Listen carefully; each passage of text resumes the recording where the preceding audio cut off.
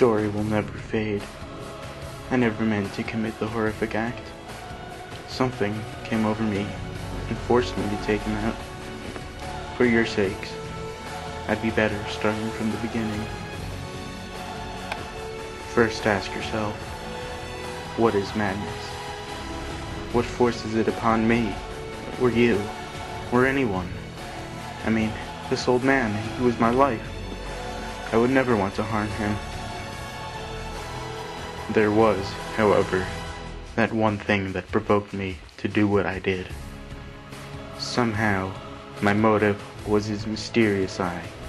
It resembled that of a vulture, pale blue, with a film over it. Whenever it would look upon me, my blood ran cold, degrees dropping gradually. I was as stiff as a pole. My mind was set. I was going to kill the old man, so that I could rid my life, and the world, of that eye. At this point, you might think I am mad. Well, now I know I was. At the time, I considered myself clever, oh so clever, as I inched my way around the old man's domain.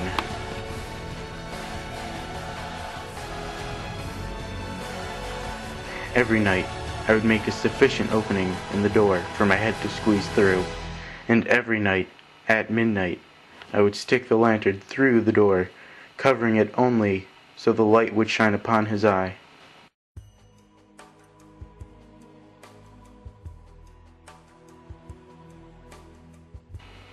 For 7 nights straight, the eye remained closed.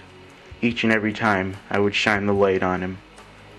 On the 8th night, I could hear groans of horrible terror, for he could sense a presence in his room, but not knowing it was me. While watching the old man, my thumb slipped from the tin casing of the lantern and caused the light to somewhat illuminate the room. The old man shrieked, but I was able to elude his sights. I could hardly concentrate. I heard the ticking of a muffled watch. It occurred to me what it was. I could hear the old man's heart beating away. This only annoyed me and made me want to commit the act even more. Every step I made forced the beating to grow louder, louder, and louder. Finally, I was able to shine my light upon his eye, and it was wide open, as if he had been waiting for me. There it was, the old man's vulture eye, staring at me in the face. With one wrong move, my face would be revealed. The sight of the eye infuriated me. I could not stand it anymore. I uncovered the lantern and threw my whole body in the room. I leaped onto the bed and roughed the old man up. He let out one final shriek before I threw a final strike. My ferocious deeds had been completed. I now had to sever the man's limbs and scatter them under the floorboards to help hide the act. I cleaned up and made sure that no blood was left on my body or on the floor.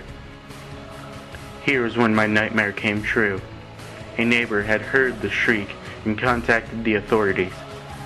As they barged into the house several minutes later, I was barraged with questions.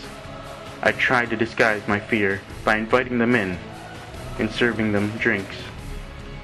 Then I heard it again, the heartbeat. It grew louder. How could it still be there? I got rid of the old man, I asked myself. As the police laughed and asked questions, it grew more obvious that I could not conceal what I had done. Finally, I snapped. I couldn't hold it in. Villains, I shrieked. Dissemble no more. I admit the deed. Tear up the planks. Here, here. It is the beating of his hideous heart. And those were my final words before being put away for the rest of my life.